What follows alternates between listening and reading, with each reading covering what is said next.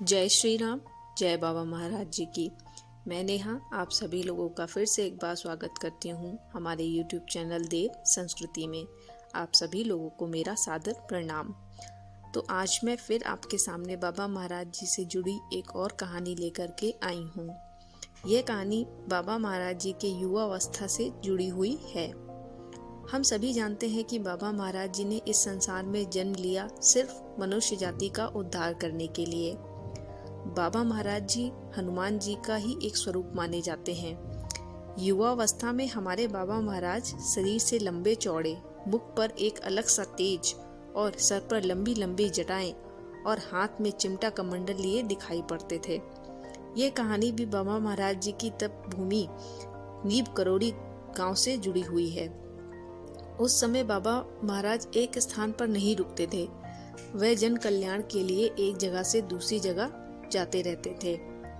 नीब करोड़ी गांव के लोग बाबा महाराज का तेज और उनकी लीलाएं देख बहुत प्रभावित हुए।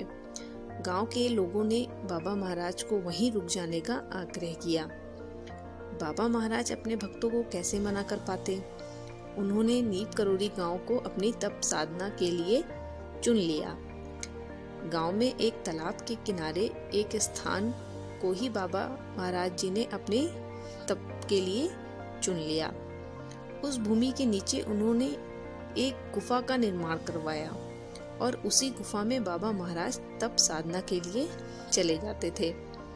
बाबा महाराज जब भी उस गुफा में अपनी साधना के लिए जाते तो वह हमेशा यह कह के जाते थे कि कोई भी उस गुफा में अंदर नहीं आएगा। बाबा महाराज जी की साधना कई दिनों तक दिन रात चलती रहती थी। आज्ञा अनुसार गुफा के द्वार पर ही भोजन, पानी, फल, दूध आदि रख दिए जाते थे। ये बहुत ही आश्चर्य वाली बात है कि कभी किसी ने बाबा महाराज जी को साधना के दौरान बाहर स्नान या शौच इत्यादि के लिए आते जाते नहीं देखा और न ही कभी भी उन्होंने भोजन सामग्री को लाते ले जाते देखा। वह कब बाहर आते और कब अंदर जाते थे किसी भक्त को आज तक पता नहीं चल सका।